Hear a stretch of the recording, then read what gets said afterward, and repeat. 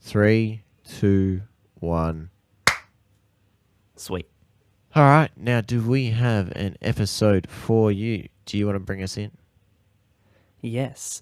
So. Oh, we also have the intro. Soundboard. Oh, yeah. I pressed the intro. Soundboard. Good evening, everyone, and welcome to the Implications of Phineas and Ferb podcast. There's 365 days in a gap year, and uni's gonna come and end it. So the once in a lifetime problem for us is to find a good way to spend it. Making a podcast. It hurts not having the beautiful soundboard. intro Yeah, that was there. I really enjoyed listening to that intro, didn't you? Fantastic. It's such a good intro. Absolutely amazing intro. So, welcome back to the Implications of Phineas and Ferb, where we discuss the implications of Star Wars. The best Star Wars It's content. The best ever. Star Wars content. It is a very, very special episode today. Because it is our 1 year anniversary. Yes, it's the 1 year anniversary. Happy 1 year of making this whatever this is. Happy birthday, podcast. Happy birthday to the Implications. Hope of you've Phineas and enjoyed Ferb. 1 year of life. Don't worry, it only gets worse from here. Like everyone else's. Honestly, it's been all downhill since like year 4, maybe. Yeah, we start this podcast and then the world goes to shit. Coincidence? I think not. The implications of Phineas and Ferb caused the coronavirus. So yes, we have The implications a of Phineas and Ferb implicates the fact that the they implications caused of Phineas and coronavirus. Ferb, more the implications of the world ending. All right, Star Wars. Yes. Best Star Wars content. Oh, ever, and before will ever we be. before we get into the episode, we have officially moved, and I am now. Well, in you've Sydney. officially moved. Yep. I'm still in So we're Adelaide. not in the same place anymore, which means that we're recording over Discord. So a moment of silence for the soundboard Okay. until we work This is out funny. what to do there. Because we're going to insert something there to make people think it's not RIP, but it certainly is RIP. Yeah, For now, we at can't least. press the button and hear it anymore, but we can still insert sound effects when we edit it. So Because that's we're not not even a smart problem. enough. We are fine. So yeah, Star Wars. We've been waiting so long to do this. Yeah. I've been waiting for you to watch it. I've seen it before. If you've listened to any of the other episodes, you know we're pretty big Star Wars fans, you especially. Like, I like myself some Star Wars, and then I kept love me watching some it Star Wars. and realized there's some terrible Star Wars out there. Oh yeah, And I there will is always also maintain some Star Wars is exceptional almost Star Wars. is pretty accurately, roughly 35-65 good to bad content. Split. Yeah, and the universe, though, is always fantastic. it's the a universe, I will wonderful say, universe. is beautiful. Stories within it and the characters can be a bit bad at times. Yes, you Anyway. are 100% right. Anyway, before we even talk about the episode, all of the Star Wars content, like the major Star Wars content, rank it. Here's my list. Okay, At the bottom, we have episode 2. bottom. Well, that's where we're starting. Yeah, I'm starting at the bottom because I think Episode it's better. 2. Bottom is episode 2. It's just as bad as episode 1, but after episode 1 came out, it should have learned better.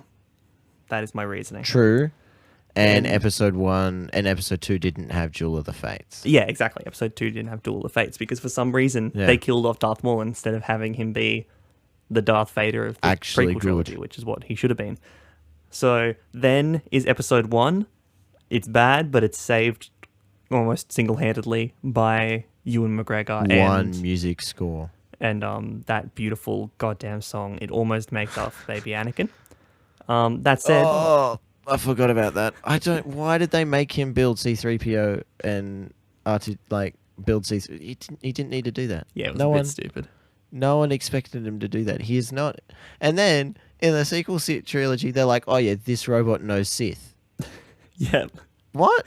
Yeah, and When- we haven't when gotten did there. We haven't Anakin- gotten there. Okay, so then I'm going to put episode 9. I'm going to put the whole trilogy there, because as separately as we've discussed, those movies aren't horrible. Separately, they actually aren't that bad. Together, they're the worst trilogy ever. Because even the prequel series got the whole idea of a consecutive story. They went, you know what? We're making 3 movies. We'll make a roadmap. I disagree. I think episode 1 just does not fit with the other 2. They did.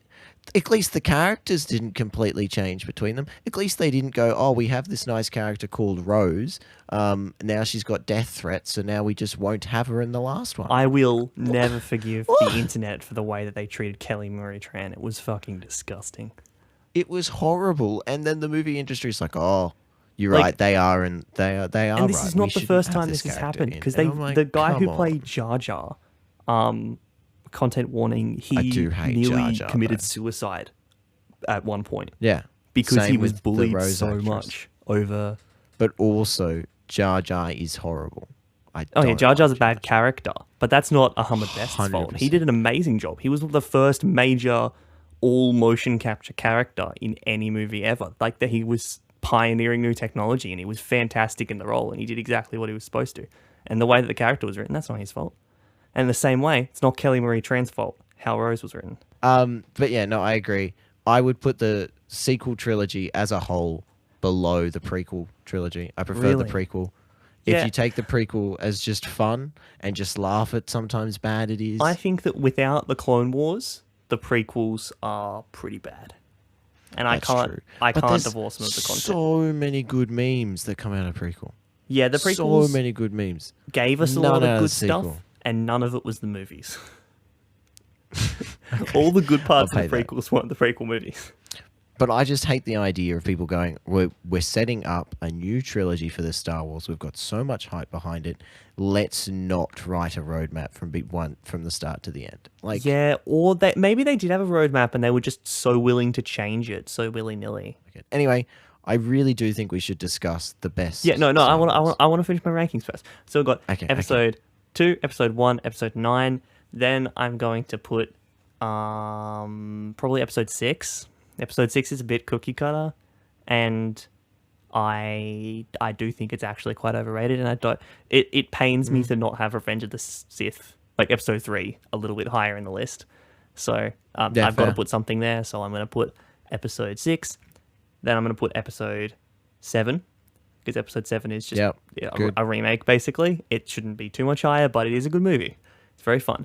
Then I'm going to put You've got 5, 4, and 8. 5, 4, and 8. And Mandalorian and Clone Wars. Yeah, Mandalorian, Clone Wars, and this. I'm going to put episode 4 here. Okay. Then I'm going to put 8. Then I'm going to put... Such a Last Jedi fucking. I really like that movie. I think it's I really know, good. and you shouldn't. I really enjoy it every time I watch it. Once you've done your ranking, I'm gonna fire mine off. Yeah. And we're not even gonna discuss it. All right. Then episode 5, because it's episode 5, of course. Then The Mandalorian, because that series is absolutely fantastic. Then, or actually no, I'm going to say seasons 1 to 4 of the Clone Wars, then The Mandalorian, then seasons 5 through 7 of the Clone Wars. Because seasons 5 through 7 of the Clone Wars are masterpieces. And 7 is just it's the Ahsoka. Season 7 the is Ahsoka so tribute good. we deserved. And then, finally, last but literally the opposite of least, the Phineas and Ferb Star Wars special on top. Yeah. Real quick, mine from worst to best. 9, 1, 8, 2, 7, 6, 4, 5, Clone Wars, Mandalorian, this. Really? You would put episode 8 below episode 2? Oh, swap those two. Oh, I didn't put 3. 3's above 8, though. Yeah, because I was going to say episode 8, like, even if you think it's bad, it's not incompetent. Episode 2 was I know, just like... but Hello There beats massive starship going light speed through other shit. Like, that's a beautiful scene. That Yeah. is, Episode 3 is... but It's Hello not a There. good movie, but it's so fun to watch. Remember when we watched episode 3 and we took a shot every time there was a meme and we nearly got ourselves killed? Yeah, you can die in the first 20 minutes if you do it properly. we It's got insane. like... That's why like it's up there. 10 minutes in and we were like, okay, we're going to have to start doing these as half shots. By the end, I was alternating between quarter shots and a drink of water because you get yourself 'Cause killed. that movie- You get to that high ground scene and every time it cuts from one shot to another, you just throw one back. Yeah, every sentence. And even before that, you've got Hello There, then Order 66, and then, it's insane. Yeah, that. Okay. So many good anyway, names. All right. The intro to this Star Wars, unlike this episode of the podcast, is outstanding. It is meta. It has Jeff Swampy Marsh, Dan Povenmire, some guy with a cool voice. That's all you really need. Yeah, exactly. They just set out, like from the get-go, this movie is set out from just fixing episode 4. Like episode 4, which is, as we just ranked them, one of the better of all Star Wars content. It has some holes that, could just do with a little bit of filling. And this is what this episode does. 4 is much like episode 3 in a lot of ways. And I know that that's a pretty hot take, but hear me out. Episode 4 hot take. is fairly average and gets exponentially better because of the content around it, trying to explain and justify it. And that content around it is better. Yes. And it's called Phineas and Ferb's Star Wars special. And notice, by the way, we didn't mention Rogue One or Solo in our rankings at all. No, they I'm don't just going to count. bring that up. First Solo of all, isn't good enough to get on my rankings personally. I haven't watched it. I would so actually it's not put content I Solo know. like almost dead last. Maybe it's worse. It's better than episode 2, but it's not great at all. I still haven't seen it, so it doesn't And count. Rogue One actually isn't canon. Did you know that? Yeah, no, It's not canon. It's not canon. As Phineas and Ferb says, like at the end of the credits when they say, "This isn't canon, relax." No, it is. They were talking about Rogue One. They were like, "This is canon. Like this story is only canon in this version. It's not canon in some weird version where they try to say it seriously." Yeah, I don't know how the Disney executives let the guy who walked to him. He's like, "All right, I'm gonna fix number 4," and they're like, "Bro, we've already done that with the Phineas and Ferb special." And he's like, "Oh, but I thought we could make this late." And they're like, "All right, just have the $200 million so you shut up. You're really annoying about this, but it's already done." And then that's why the guy killed everyone off at the end of Rogue One, because he was just pissed that no one took him seriously. Yeah, exactly. And like, yeah, pretty much. In fact, the Phineas and Ferb vault, as we've established, this was probably the rough draft for Rogue One. This was they were like- when they were really clutching at straws. They had to go down there like, we really need to find some content. It's like, oh, we'll literally just do what Phineas and Ferb did, but we'll just do it worse. It's in the same universe. Yeah, they're We'll like, try let's and get the say Phineas that and Ferb the Star Wars Phineas and special and Ferb just isn't remove content. all of the fun and Yeah. make it Rogue One. Rogue One is a good movie, but when I you know, contrast it to this, you realize it's the same horrible. movie with all of the good parts taken out, and then you get sad because Yeah, I would rather watch this movie twice, and I'd like to say this is the most watched Star Wars content I've watched. Like, I've watched this at least 4 times now, more than I've watched the original movies. And I'd rather watch this twice than I'd rather watch Rogue One once. yeah, and that's not even a slight on Rogue One. That's a good movie, but like, Anyway, it This. starts with Perry first going through a building that's attached or a part of what are they called? A Star Destroyer? Yeah, they call it a Star Destroyer, aren't yeah, they? Star Destroyer. Yeah, Star Destroyer. It's funny. They have a ship called a Star Destroyer that doesn't destroy stars, but they have a thing that destroys planets, and they call it the Death Star, Which not is Planet Destroyer. Anyway, he's in there. He steals the plans. He leaves the plan. Like, he gets them all out. He does a good old Rogue One. He doesn't die. And during this scene of him running through, we get like 3 different jokes that explain what Stormtrooper life is like for the business ones, because they would have to be business Stormtroopers. And there's one that's looking at porn. There's one that's just chilling and talking about having to do the taxes again or something about the budget. And it's so good. I love that. And it's a theme throughout the entire episode that they just keep giving character and movements and stuff that you never had in the Star Wars universe to these characters with a 1 or 2 throwaway joke. And it's like, we need more of it. We don't get to see it anywhere exactly else. some humanization for Stormtroopers. Speaking of humanizing Stormtroopers, do you want to do a little list of the things that the plot holes that this episode solves? Episode 4? I've written down a lot of them. Yeah. So first of all, Rogue One fixes Rogue One. Yeah. Oh god, I've got so many written down. Plastic armor. They just point out that there's plastic armor. Yep, they point out there's plastic armor. One I was gonna mention with the humanizing stormtroopers. If you humanize stormtroopers, it makes it even worse that they killed that many of them with blowing up the Death Star. But this shows that they evacuated them all. Yeah, which is nice. Buford shoots at the droids accidentally, which Yeah, causes them to get into the escape pod. That which shot that is- scares him into the escape pod in episode 4. That Which turns out goes that came from unanswered because we Buford. don't see a stormtrooper or anything. That was Buford, and he was just got the safety off, which makes sense. I've also got to recommend. I watched an excellent YouTube video on this, where the guy's like, "There's only one thing I have wrong with it." Anyway, you can watch it. And he's like, "How Dan Poffenmeyer and Jeff Sophie Marsh accidentally made the best Star Wars there is," and I'm like, "There's no accident about this, but yes, it is the best." And he just talks on about how many little bits there are that they do as a Phineas and Ferb thing, like Buford stuffing up and shooting the gun, that works in the Star Wars content because they make it, and they're like, Yeah. "Oh, look, 'Cause- this is why they did this." Rogue One, they're like, let's solve the broader problems with episode 4. How did they get the Death Star plans, and how did the that's weakness it. in the Death Star happen? But no, in this Oh, they that's solved kinda the trash. little problems with episode 4. Yeah. Every little tiny joke that needs explaining, they explain it. And then who made the Death Star? Doof. Why does it have a self-destruct port? Because Doof built it. Like, Yeah, exactly.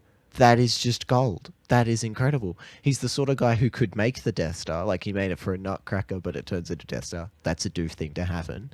And have a thing that means that you can shoot it once and it completely blows up. That's a very doof thing Like, that's to do. fantastic. It's so good. Then... it's... Anyway, then they have that it's really easy to think Ben Kenobi is Obi-Wan Kenobi. Yeah, Phineas connects exactly. the two dots in like 3 seconds because he's not a... He also idiot. he says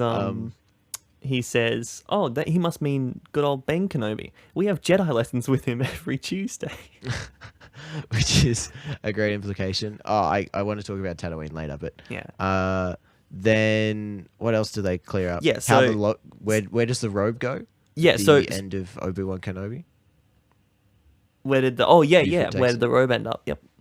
Because we know Darth Buford Vader has took it. the lightsaber, but what happened to the Yeah, robe? what did he do with the robe? Just chucked Buford out the walks robe. over and goes, Nah, "Who Buford left this? stole it. Oh, I'll grab that." So do we want to let's go from the start. Okay. On Tatooine, Phineas and Ferb are just vibing. Yep. Right. Yeah. This is a good time to point out Vincent Martella doing the most. So good. Phineas and Absolutely. Ferb starts off with a song. Yep, it's a Good great stuff. song, and you're bringing the vocal performance. We love Tatooine. Brings back the Phineas just a and Ferb banger. theme. We love Tatooine. That they love summer, and that's why they would love Tatooine. Not Yeah. a desert planet that has no life to little worth living. They're like, no, this is great. You have summer every day. Exactly, it's Phineas and Ferb's dream planet.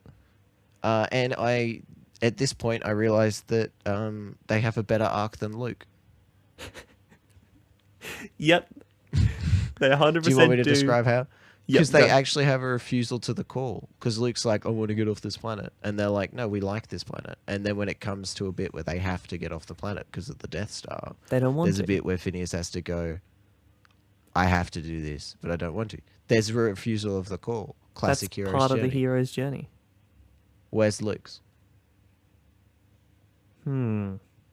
That's what I thought. 2-dimensional. I want to see more of Phineas.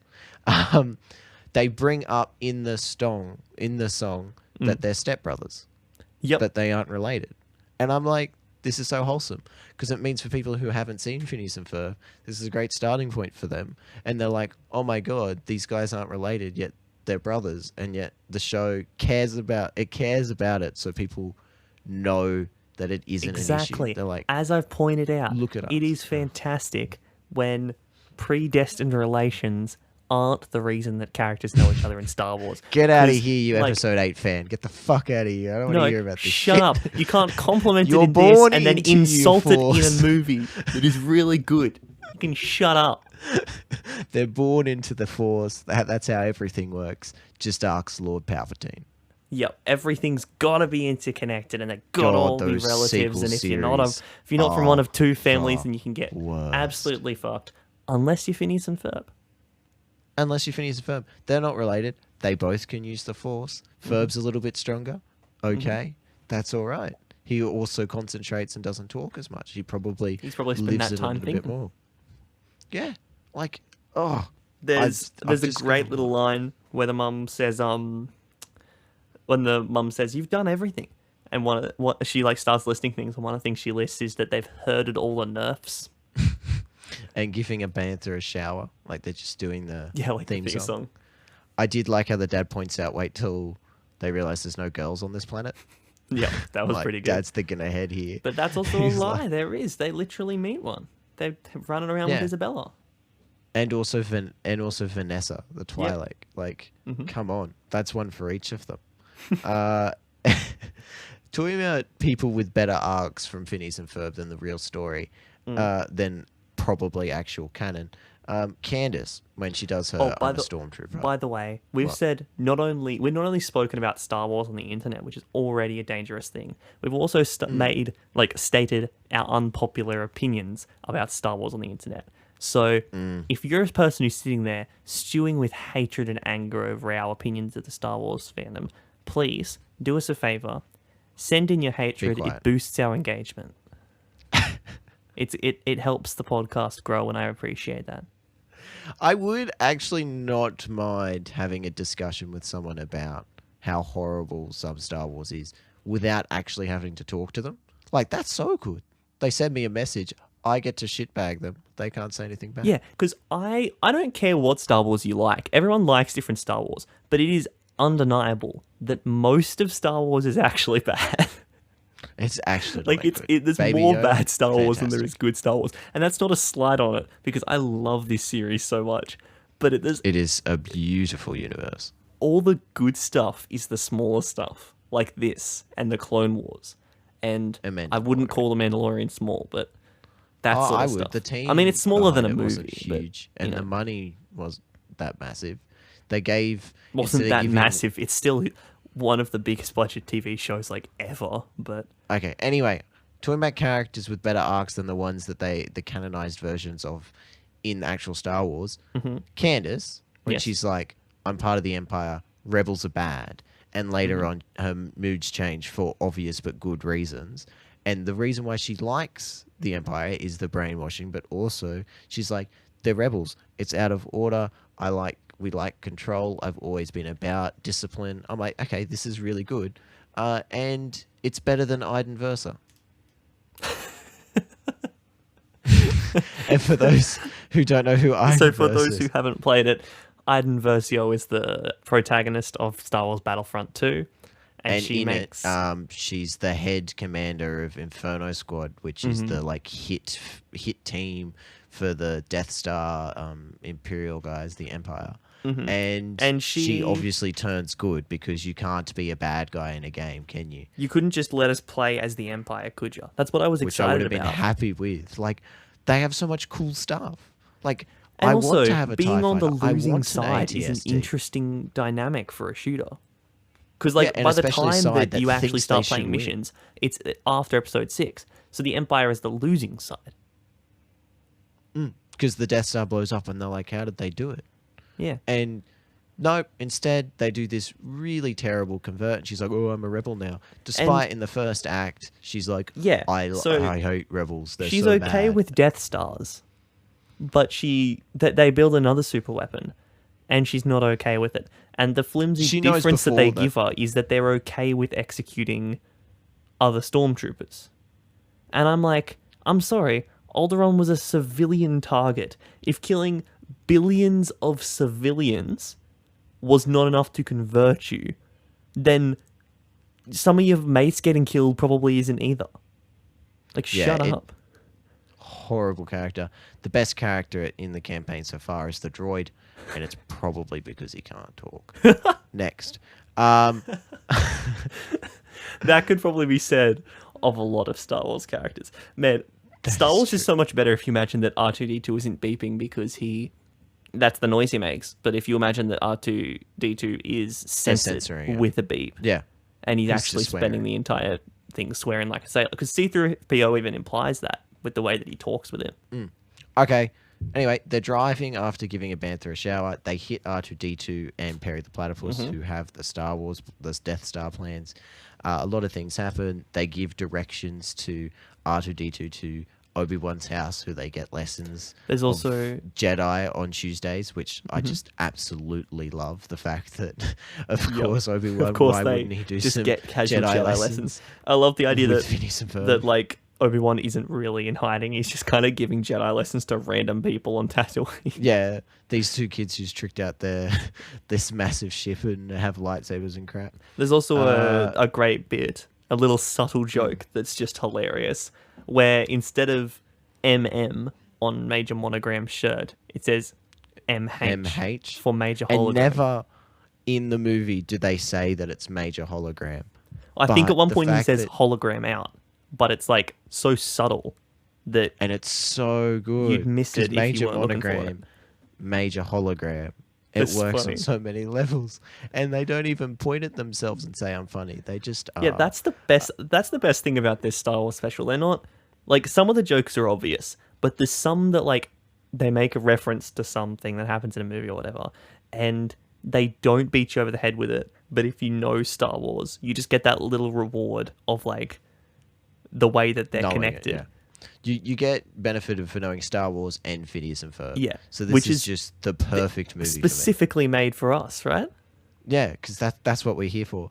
I love the bit when Phineas is looking for him. He's like, oh, they've left. And he's like, oh, can you fill that with the Force? For starters, they both are then Force sensitive. They know about the Force, which is more than Luke ever did. And then he goes, no, I can see them with these binoculars. And then he puts the little, and he's like, oh, okay, neat. And then he's looking through the binoculars, and Ferb puts a little Tusken Raider puppet and makes the noise. Yeah, I want to say my Tusken impersonation is better. Thank you, future whoever edits this. They have to get help because the Death Star plans are on the wrong ship. Da. Han Solo flies And- away. Isabella. I just love how much effort they've gone to, so that this show can specifically be canon if you want it to be. Like they didn't have to go through this much effort to make sure that this was canon, but they did, and I think that's They did. cool. It's every bit where the camera pans away, they stay and they show you it, and then they'll go to somewhere else, and that's just so good. Like you don't get that from other shows that are canon. Anyway, they go and see Isabella. Isabella's like, all right, I'll follow you. She's got beef with Han Solo. That's good. I That's like funny. seeing people actually, because it gives a backstory both to her and Han Solo. Because up to this point in the canon, like we have really no clue who he was, and she was going to shoot these random farm boys just straight up. Like she takes the Oh yeah, also flap off her gun. episode Solo shows Han doing the Kessel Run, which means that this also it's either this or Solo, and I'm picking. See, that's this. why Han Solo and Rogue One weren't in our rankings. Exactly, because they're not both canon. of them are cancelled out by this canon here. Exactly, like you can't. Did put... Disney make those ones? Oh, I think they did. But they made this one first, and this one counts. Yeah, exactly. It's this was one of the things that they made after they bought Lucasfilm. Like, come on, Yeah, come on. it's canon. Anyway, Candace is chasing them down. Isabella and that get away, obviously, which is great. Buford and Baljeet are terrible, and at one point they're about to die. And Buford, with his more and more banging lines, he just doesn't run, and he says, Buford is "You thought we were hilarious in gonna this." die in space," and then gets saved by Candace. There was the other bit where they were getting the socks, and Buford's it's just like, she's like, "I'm made for so much more than getting socks," and he's like, "Nah, this is about where I peak. This is me. where I'm at." I'm like, I get that. I feel that. That's nice. I here's something cool that I noticed that's worth pointing out. This is, as far as I can tell, I don't think it's the only time, because I think Candace Against the Universe, and I'm pretty sure Across Second Dimension do this as well, but this has color grading and lighting, which is a first for Phineas and Ferb. Phineas and Ferb's normally lit with really even lighting, which doesn't Yeah, cast it's just any like shadows this on the characters' cartoon sort faces, of except for area. in the obvious spots, like just under their eyes or like where their hair is or whatever. And the the shadows TV. often aren't dynamic; they're not colored, and there's no color grading. But But for they have exa- lights coming off the boosters in this, Yeah. don't they? and they've got Hmm. like scenes that are lit with red, and they've got light Hmm. around the edges of their faces when they're like standing near lights and stuff. And there's a bit where they're on the speeder and zooming across the land, and Ferb's hair is almost black because the green is like desaturated. Neat. And I'm like, that's cool. That's a little bit of extra effort. You didn't need to, but you did it, and I appreciate it. And same So thing in with camera Isabella- angles as well. They've got lots of low angle camera angles and like big sweeping shots and stuff. They really put the effort in. It's good. Yeah, they obviously got more money for this one. Anyway, also, as soon as they get into Isabel's ships, they're like, got upgrades for her, and she's like, writes them down anyway. And then when they're getting pulled in by a tractor beam, this is one of the best. They ignite their tools and say there are other ways to combat. And that's I think that's also what Jedi are meant to be like. They're meant to be like, we're not here to fight. We're here to be peacekeepers. Yeah. And I'm just like, these are the Jedis. And They're better Jedis. Here's a Star Wars opinion that changed over time for me. I used to dislike the prequels because I thought that they showed the Jedi as way too like eager to get into combat. And I used to really dislike that because I thought that it was... But that's just Anakin and Obi-Wan. Yeah, that. But also, I found that as I watched them again and as I sort of like matured and my Star Wars opinions changed, I realized that was kind of the point of the prequels in terms of the undertone, because the Jedi are supposed to be religious. But as you can see, especially if you watch the Clone Wars, they've gotten themselves involved in the government, they've gotten themselves involved in the military, they're out there acting like vigilantes when that's not what they're supposed to be, and their own hubris is what causes their downfall. Like, that's one of the themes and the fact of the that prequels. Not one of the 13 could sense the most powerful dark wielder of the Force. Yeah, and that's... sitting right next to them. And I actually buy that, because the Jedi really were, like... they were almost the bad guys in the prequels. Yeah, you could say it like that. If you were a crazy Star Wars nerd with a video thesis, you could make that. I mean, Anyway. in the Clone Wars, there's an episode where I can't remember the context in any way, but I remember the line that was like, Republic separatists, it doesn't matter to me, just keep your war away from me. There's like some farmer that doesn't want anything to do with the war, and he doesn't care that the Jedi have come to save him because, Jedi. It's like colonialism themed. It's really good. I've come to have an appreciation of the prequels. So instead of making the ship beast or shooting their way out or anything like that, they change the ship shields to be able to camouflage and turn into basically the Doctor Who tech again, the TARDIS being able to be anything. And for a split second, it's a baby head, but then at the end, it's a donut thing, which is great. And with Sith roast, donuts and Sith roast sounds fantastic. Go great together. I would love a cup of Sith roast and a donut right about now. That sounds like a good time. And that Sith roast and the donuts, when the guys are talking about the donuts, those two, for starters, we're pretty sure are Jeff Swampy Marsh, and the second one's definitely Dan. When they're talking and he's like, oh, and then he pretends to choke, which is hilarious. He's like, don't say that, Vader will fall. Haha, you thought. It reminds me of that thing by the Fairbairn Boys, who are Australian national treasures, where they're talking about, if you want to know what Australia Jackson, is like, where Jackson becomes the president. And that's so cool. And at the end, he's like, and one of the reasons I got in is because I can confidently say that I won't die of old age in office. And he's like, you can't assure that. He's like, yes, I can. I'm 19. And then he like fakes a heart attack. And Lachlan's like, what? And he's like, oh, just kidding. I'm fucking 19. Same energy. It's good. And in that, he's like, and I banned semi-automatic weapons, and he's just like, what do you mean? He was like, because I'm not an idiot. Yeah, sure. Have your shotguns and your whatever's to go. Your BB5s for hunting, but this isn't fucking Call of Duty, Frank. Get out of here. I loved it. Anyway, so they get the donuts, and then of course Phineas, being the really golden heart he is, he's just like, now I feel guilty for having a donut van and no donuts. Maybe we should get them donuts. And I love how it's not like, can we get them some donuts? He knows he could do it. He's just like, should I? He's just like, should I? I didn't catch that, but that is great. Like, I didn't even think through that he didn't question that he couldn't go off and get donuts and come back. he's like, oh, we should get them some donuts. And she's like, no, we're going to stop them blowing up a planet here. And he's like, okay, yeah, fair point. And then I like to point out Ferb Kenobi. I just wanted to say that. Ferb Kenobi. Yep. Absolutely Ferb great. Kenobi. And they meet Perry, and they're just like, oh yeah, no, we found out he's a secret agent. We're a bit hurt, but that's chill.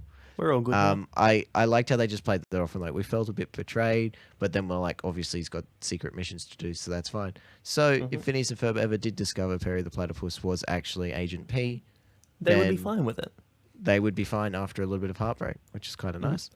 There's also, I know that we're onto like the Death Star part, but real quick, there's a great line. There's a couple of great lines while they're still on Tatooine.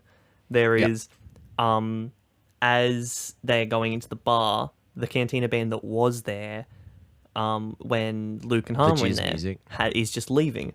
And the guy comes up with the mic and he's like, give a hand for figuring down in the modal notes. Only one death and one dismemberment. That's pretty good for a Tuesday. I like that. See, there's another little interaction, just giving more character. And Yeah, I love the setting character to being the given Star to like Wars the universe. small people in the galaxy. That's good. Max Rebo is there for Vanessa's song. He's playing the keys. That's and cool. the jazz. It's Oh, nice to the know what jazz. Max Rebo was up to in the time between, episode everything before and after episode 6, because he just shows up one time in that and then dips again. It's nice to know that he was playing disappears. keys for Vanessa for most of the duration of the trilogies. I also want to know why he split from Vanessa and went to that weird long-lipped singer person. Probably episode because 6. Vanessa went with Ferb. They would have hooked Oh up. yeah, that's a good theory. Probably. I've Anyway, also got there's a great "Who shot first" joke. Yep. He's like, oh, he says he shot sworn. first, but I could have sworn it was the other guy. Reference to the show, but having characters in the actually react to the heroes of the show. Like, oh, so good. Good stuff. Also on the Death, now going to the Death Star because that's all of my lines. There's a great line from Doof where he says, "Wow, I'm blown away, just like Alderaan." That's actually in his song, which I wanted to break up, which Such is a a bit of a good low song. blow, considering he lost such a good timeshare there. He was making bulk money. Yeah, it was making big money, and he just In his accidentally posters, lost it. he is holding a purple lightsaber. He's what now? He's holding a purple lightsaber, a purple one. I never Not a noticed red. that. How have I not did. noticed that in the 2 times I've watched this? Well, I saw it in the 4th time I watched it, and I paid attention. The lights are going from white, green, and purple, so he's going for a green-purple theme. And all the stormtroopers are holding their like green glow sticks that look like lightsabers. But in his 2 banners that he's got down, he's holding a purple one. And as we know, or is meant to be canon, is that lightsabers are like part of your character and who you are. Like Ahsoka's got the white one. 'cause Yeah, she's so there's 2 neutral. versions of this. There's that red, green, and blue lightsaber crystal. No, sorry. There's blue and green are the normal colors. You get them from the caves in Ilum. You can also get yellow, but that's a lot rarer. Then red is made through a synthetic crystal. So you make a fake crystal, which is how you power a red lightsaber. And then the purple lightsabers are native to a specific planet where Mace Windu goes and gets his own one. And then there is the canon version, which is that when you touch a lightsaber crystal, a kyber crystal, then You can put force your it out, energy in sort of it, your stuff. vibes in it, and then it decides what lightsaber would suit your outfit best. And if you're a Sith, Yeah, so it's then the sorting hat. you can get someone else's lightsaber crystal and you can make it bleed, which turns it red by like damaging Yep. and channeling Dark's You energy. can- And you you can can make turn it it red. if you purify a red crystal. That's how you get Which a white we one. only know of Ahsoka doing. Yeah, that's what Ahsoka did to get her white lightsabers. Yeah, and they're sexy. So that's all the crystal stuff. How did he get yeah, a purple anyway. lightsaber crystal? Because we know the only other person to have one is Mace Windu. Does And that mean the reason Doof why has Mace the has same one. vibes as Mace Windu? Yeah, it does. And Mace Windu's vibes are good, blue, but going on to the dark side, red. Is that a thing? Yeah, I think so.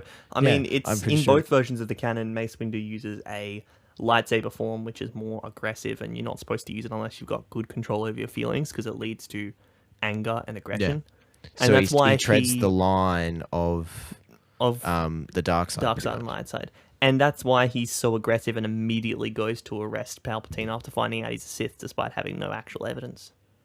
Like no preparation for it. Yeah. Yep. Him and his. Have you seen that meme where it's like, 100% of the Jedi Force there to arrest Palpatine, and it's the 4 of them, and then it's like 99% of the Force to arrest Palpatine, and it's just Mace Windu, Yep. because the other 4 die like flipping So suckers. quickly. And I love how that they give them backstory. Like they give backstory to all the characters, Kit Fisto, In Clone who Wars, else, just whoever so else they died can there. I die. only was really paying attention to Kid Fisto. But the more backstory you give them, the more that I can't buy that they just they just let themselves get stabbed. They're just flipping chumps. Anyway, I just like to point out Samuel L. Jackson, Doof.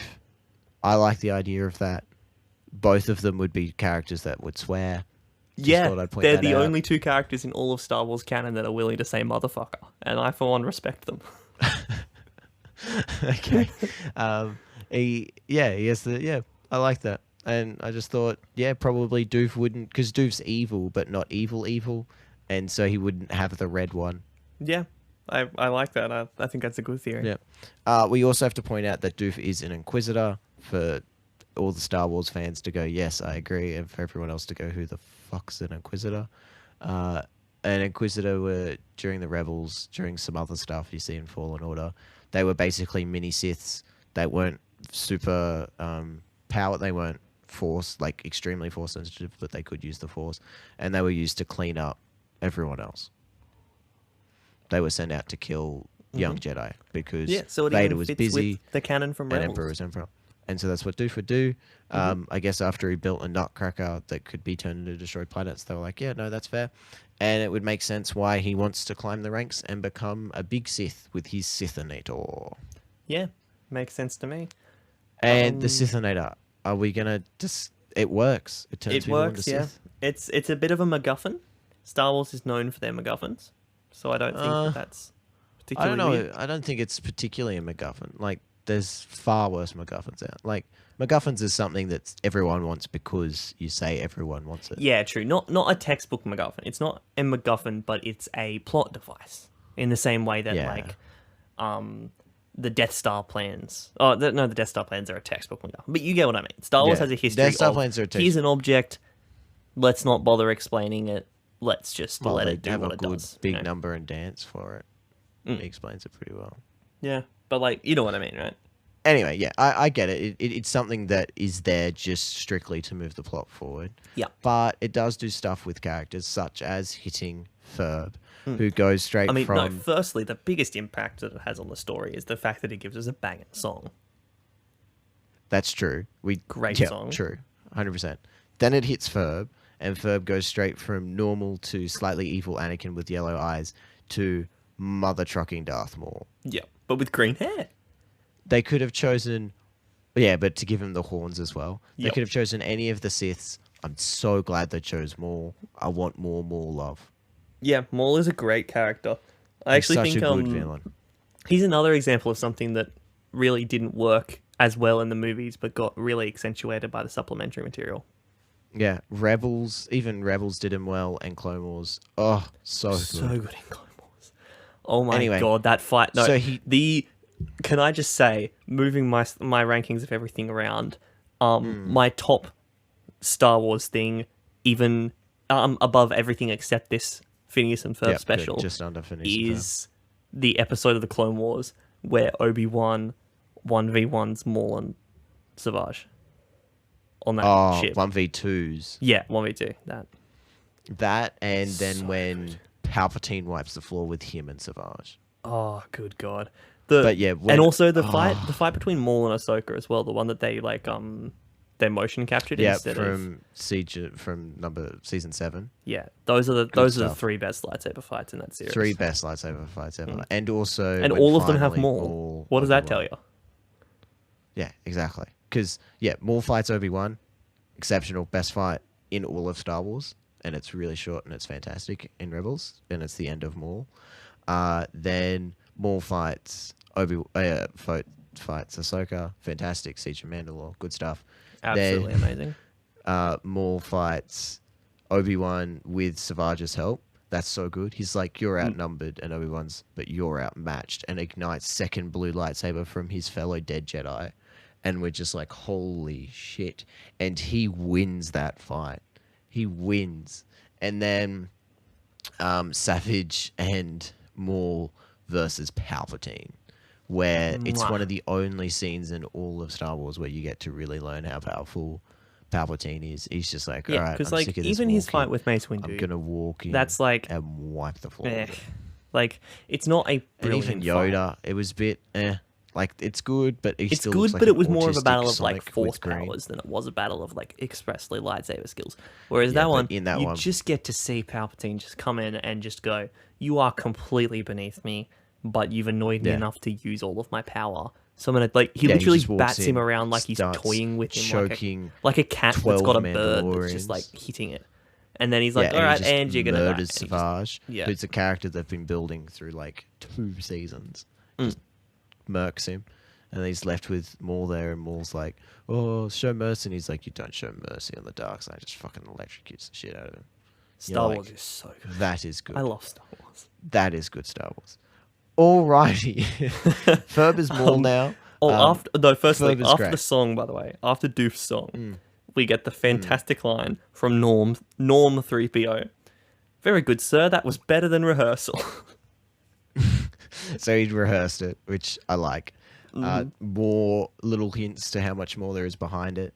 Then he has to go get more trash to recharge the Sithinator, and then we get even more answers to what happens during Answer 4 when they're in the trash chute and the monster grabs Luke, but then gives him back for some reason, like doesn't completely kill him. It's because Doof asks for the dark side stuff, and he shows him Luke, and he's like, "No, that's the guy. Put him back." And then he puts the guy back, and then he has to clean the chute because he's just been in it getting all the stuff, and that's why the walls start pressing in for some arbitrary reason, which is again fantastic. We get to see the guy Yet another talk to example Han of plot Solo. holes that it just like not even plot holes, just things like. Normally, I hate it when Star Wars explains every little thing because it doesn't really need to, and it has a habit of doing that. Yeah. This is the exception. Yeah, This 'cause movie it should be makes it viewed enjoyable and before funny. or simultaneously to Episode 4. Yeah, I want to see an edit of just Episode 4 with this. Yeah, it'd like be where so it just good. hard cuts Just have- between the two, and then it's got like the You music. just have like these, like, you just have these consistent. funny jokes in between the kind of pretty good movie. Yeah, And then when he's talking, so Han Solo's talking through the thing to a commander of some description in the movie, we get to see the commander react to it, which is great, and send everyone up, which is even better. Candace is getting shot at by Perry. Fun stuff. And then, so are we getting up to Ferb completely into Maul? He is the yes, Sith he now. goes completely into Maul. Yeah, and it's so good. Phineas sees him, and we're like, okay, this is crazy. He's just seen, like, he looks bad. He's in a dark robe and everything, and Phineas is like, cool face paint, which is funny because it means obviously Ferb would have had to paint his face Yeah. because the Sithinator wouldn't change his skin. Like Maul's skin is actually that really cool pattern. Yeah, and with the horns and it's everything. I like that because of his species, not because of like his Sith abilities. It's not like the eyes. Yeah, no, it's his actual species, and Ferb's just got face paint on because why not? Which that is yet another example of how, unlike the people in every other canon in every other series, Phineas and Ferb are just okay with having a bit of a flair for the dramatic. Yeah, He didn't usually need when to put the face paint other on, shows but do he it, did it. they skip over it. They're like, look, they're just like, yeah, it just happened. Live Yeah. with it. This show points at itself and goes, haha, that was funny, wasn't it? Like they don't. And it is. They, It is funny. They it are is correct. funny. Like they don't try anything. It's such a secure show in its own identity. It knows who it is. It doesn't try to be anything else, and it's so enjoyable to watch because you're just there. Like these guys know what they're doing and they're happy with what they've done. Phineas and Ferb is also a very easy show to watch. Have you noticed that? Yeah. Like, because Yeah, it's you so can just- positive. There's never any negative thoughts in it. There's never any like drama that makes you self-question lots of stuff. That stuff Until you does have a think that place. how That stuff many is people they had good. to kill to get a beach. Yeah, unless you think about it to the extreme, cough our entire podcast. But like, it's good. It's just some nice comfort entertainment. I think that's really fantastic. So the guys start panicking because they think they've lost the Death Star plans, which they have, but it happened well before it got to them. Yeah. Which is quite funny, and they like blame it on Jar Jar. I love that. Because that's what every normal human being would do. We'll blame it on Jar Jar, and he's like, that guy retired 20 years ago, and he's just like, oh, well, I have this vibe that was meant to be dyed. That line was do you originally mean? dyed and it got changed to retired. Oh, I have this feeling Oh. that that's what it was meant to be. well, either way, canonized version of what happened to Jar Jar. Yeah, because the real canon really dances around that question. Yeah, exactly, because he is the Sith Lord. I hate that theory. Get out of here. Anyway, I like. then I mean, I like that theory better than I like what actually happened in Episode 9. we just wait. What? Like, the idea that Jar Jar was behind it all is honestly more interesting than Better the idea than that Palpatine Palpatine was coming behind back. it all. Yeah, agreed. All right, then we get the best or the fourth best Star Wars fight you'll ever see with Phineas and Ferb. Yeah, Together. the choreography. Mwah. Mwah. Well done. And lightsaber, Insanity. it's insanity. It's so easy to come up with these ideas, and yet the only time we see them is in the 7th episode with Kylo Ren's, and that was nothing. The crossguard, get out of here. Try having not only double-ended lightsaber, which I do want to point out, Ferb didn't ignite until like during the fight, which I thought is so like that's cool because Maul just does it straight away, and everyone's like, oh my god, And it loses the he's got element of double-ended surprise. lightsaber. In fact, Yeah. I had this lightsaber book when I was a kid that like explained all the features of all of the lightsabers and stuff. Did you know that Darth Vader's lightsaber is custom tricked out so that it can change how long it is? I didn't know that. Well, I mean, I That is didn't kinda until I cool. read that book, but that's quite cool. That's what one of the knobs does. Anyway, the point of Darth That is Maul really having cool. the second blade, part of it was apparently to surprise people and catch them off guard. And then you could start swinging that second blade at them before they have time to prepare for it. And I'm like, it defeats the purpose of that if you ignite If it you just before the battle starts. Yeah, you're just like, oh, by the way, I've got a second one. Ferb does that, and then after a bit of an interaction with both, he's just like, oh, and then he ignites 2 extras on either side, so it's a 3x3 blade, which I love because, of course, these Phineas and Ferb kids who've built this massive ship, the sailing, the Jawa trading with their Ferb bots, all this stuff that they've done, and that's just in this Star Wars universe. Again, just 11 on a desert planet with like nothing to use, have now got their lightsabers, and they're now tricking the hell out of him. And he's like, "Oh, we're allowing modifications, huh? All right, give me a second." Phineas is ready. He gets his little tool belt out, and he starts modifying him. And when we see him next, they both have not only 2 lightsabers, but one is like a chainsaw accessory. Yeah, it's like it spins around. Not is it perpendicular, which is right. Like a shield. It's like a shield. It's yeah, like a shield. Yeah, and then it's got a stick coming out the front of that, and then they're holding their 3x3 lightsabers in each hand, and they're using that to fight. And I'm like, this is insane. Why haven't we seen this in live action? I feel like it's something you could make quite easily. Literally, just get a lightsaber, spin it. Chainsaw good. lightsaber. So good. I mean, we did see it in canon at one point because the Inquisitors have them, Yeah, the Inquisitives, they can fly with them, which Which is kind kind of dumb. Yeah. Considering a lightsaber doesn't have any mass, it's a Yep. lightsaber. Well, I mean, and you no, start okay. spinning Okay, the to be blades fair, around. They and you think that will lightsabers let you aren't made fly? of light. Get out of here. They are made of. Out of energy. There was something that they do, but they have an intake vent at the bottom or something like that, and they're basically looping energy around. So they're actually like And a energy does have circulating mass to a energy. certain It goes back into the lightsaber once it gets to the end, and then it circulates around in a circle, and it does have mass as shown with how everyone's wielding it. Like that is a canon thing that the blade does But actually have mass. spinning it around above your head does not give you enough force to lift. Like, No, it doesn't. But I can't where have is the- any where is the incorrect up force? statements in here. Like I can't I- have you saying the lightsabers don't have mass when they do. Okay, well, I will admit it is very cool watching Inquisitors fly off with their lightsabers. Mm-hmm. But It's stupid. Yeah, well, it's definitely stupid. But as we've established, 90% of Star Wars is stupid, and only about 35% of it's actually good. So notice how those overlap. A lot of Star Wars is stupid. There's your hot take. It's good. It's good. Stupid. I like it, but it is stupid. that's And that's why when people get Isabella's like so passionate about and like anal about it, you just, just like, when they get come so on, bro. mad about it and they're like, this is a mistreatment, they should be fired and stuff. It's like, dude, calm down. This movie is about space wizards. Yeah, like calm down. Space samurais with magic. Calm Yeah, down. it's just it's a rip off of samurai movies, and it's a rip off of World War II movies, and it's just space. It's space wizards. They've got Alright. space wizards with laser swords. I want to point out the costumes, Isabel's goggles being her ribbon. Oh, absolutely! Such a good fantastic, idea. right? Phineas is just wearing Luke. Ferb's just wearing Obi-Wan. Still worth mentioning. So We Are Kids, actual kids, I've written down. And now I remember what the line's from. It's when the Fireside Girls are there trying to convince Isabella to fly with them.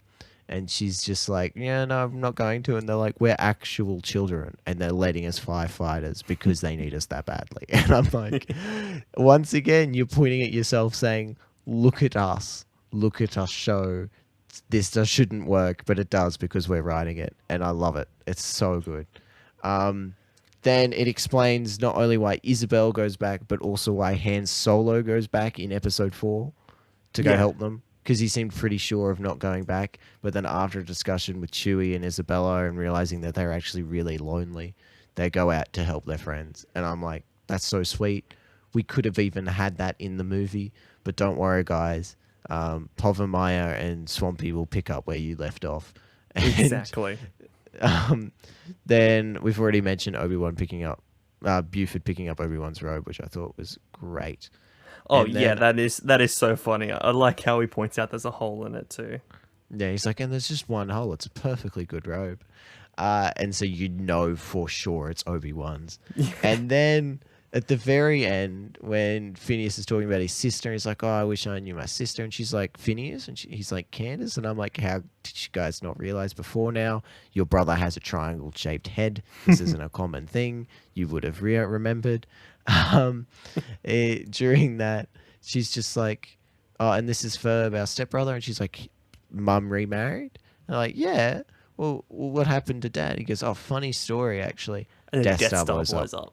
With them presumably on it, which I found funny. Like, they're just basically saying, we'd rather kill off the entire cast with the Death Star explosion than explain to you who's Phineas's father is. I love that. It's so good. It is hilarious. And then in the end, do they kill him off? No, they don't. Do they kill any of course stormtroopers not. by blowing up the Death Star? No, they don't. They really. But Buford did kill. I do want to point out Buford killed the most people, and by that he killed one, and it was at the Death Star. But he when definitively accidentally murdered a shoots. man. And the man falls out, and he's like, "I'm just gonna go on the side, grab a thing," like pointing out what Luke does, and he's like, "Hang on, I'm thinking about Cloud City because the interiors look the exact same." Another good joke. And then he falls out of the Death Star, which makes no sense, physics, gravity based, because. Well, actually, the no. Death Star- They explain this in Star Wars as well. There's gravity generators which are part of. Are they part of a hyperdrive? I think. So I'm what? not, They I'm make not you 100% fall sure. the other way What was that? Sorry. because he falls out the back, sort of.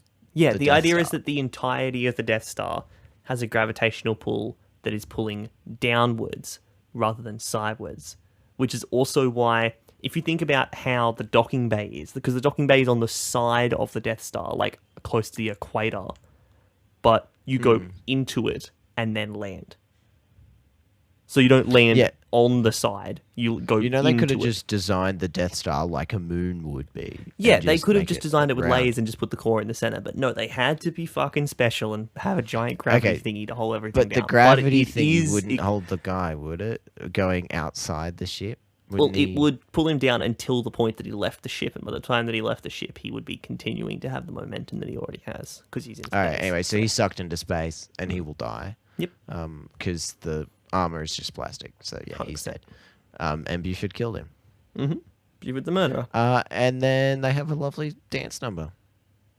Yeah, it's a great dance number. I'm glad Vanessa's back. And She's a Major great singer. Hologram has a fantastic little joke where he's just like, we may have a little problem with the plan still being out there, which means that they might be able to build one. No, he doesn't even say they might be able to build one. The Death Star's plans are still out there, but we'll blow up that battle station when we come to it.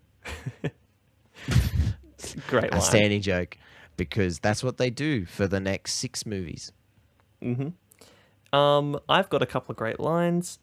We have Mm-hmm. got a wonderful line from Buford where he says, someone's like, "Are we the good guys?" And Buford goes, "Yeah, that's what they said during the brainwashing." What, you mean the orientation? No, it's the orientation. Tomato, right. potato. That's so good. You could transport that line into any dystopian rule of a armor class, of an armory or like an enforcing group, and it would work. You could Yep. You could put that in 1975. 1984. what's it called? That's it. You could Yeah. put that into 1984. Be Big Brother, and he's like, that's what they told us during the brainwashing. No, orientation. Potato, tomato. orientation. Yeah. Potato, You could put tomato that- is also a great line. And anyone would read that and be like, yeah, George Orwell said that. That suits the exact theme of this entire book. This makes sense. And it's such an intellectual line. It's so good.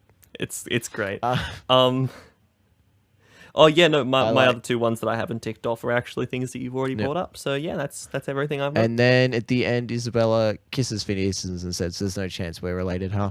Funny, because it pokes out Leia and Luke kissing and then kisses him, which is sweet. We love to see it. It's very sweet.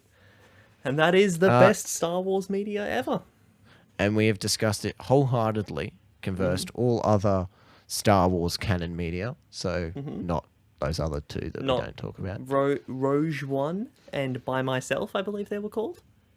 Yeah, Whatever they Rogue, are, they're legends. so it doesn't matter. Rajon and Solo. Solo. Just the word Solo. Solo. S-O So space low. L-O-W. they just yeah, LAW. Yeah. And Weekly we've Planet got Posters some. Instagram account if you're listening. Please make one for us. Now we've also got something to mention from a fan who's given us 2 lovely soundboard things, and Yes. because we're both uncreative and ill-planned, we will now play them now. First, this one. Ding, ding, ding, a victory bell. Second, this one. Bing, bing, bing. God, we're comedy geniuses, aren't we? We are amazing.